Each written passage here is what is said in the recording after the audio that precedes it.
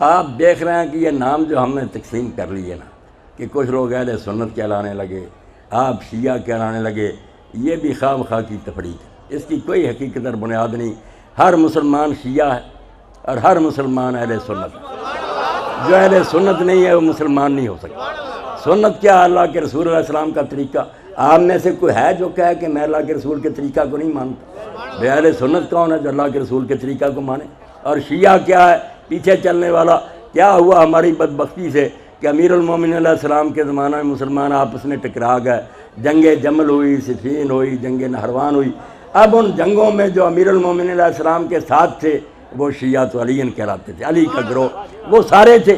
یہ جو آج سنی ہیں، خود شاہ عبدالعزیز رحمۃ اللہ نے آپ کے رد میں بڑی زبردست کتاب لکھی ہے، تحفہ اثناعشریہ، اس میں وہ کہتے ہیں یار شیعہ اولا تو ہم ہیں، پہلے شیعہ ہم ہیں، جو کہتے تھے پہلے خلیفے بھی ٹھیک ہیں مگر اس دور میں حق حضرت امیر المومنین کا ہے اور حق ان کے ساتھ ہے۔ وہ اپنے آپ کو کہتے ہیں ہم مخلص شیعہ ہیں۔ دوسرے شیعہ تھے جو تفضیلی تھے، جو کہتے تھے کہ نہیں امیر المومنین پہلوں سے افضل ہیں، برتر ہیں، وہ بھی گروہ میں آپ کے شامل تھے۔ تیسرا گروہ آپ کا تھا جو کہتے تھے کہ پہلوں نے یار زیادتی کی، حق تو پہلے دن سے علی علیہ السلام کا تھا، یہ گروہ بھی موجود تھا، یہ چھپی ہوئی بات نہیں۔ اور یہ غالی حضرات جو ہیں جو کہتے تھے کہ تو ہی خدا ہے، تو صرف پردہ رکھنا، یہ بھی موجود تھے۔ آپ کو ان سب سے نپٹنا پڑتا تھا۔ یہ سارے اس وقت شیعہ علی تھے۔ اب بعد میں کوئی اہل سنت کہلانے لگا، کوئی آپ شیعہ کہلانے لگے، ورنہ کوئی سچا مسلمان اس وقت ایسا نہیں تھا جو علی کا شیعہ نہ ہو۔ علی کا شیعہ ہو بغیر وہ صحیح اسلام پر نہیں رہ سکتا۔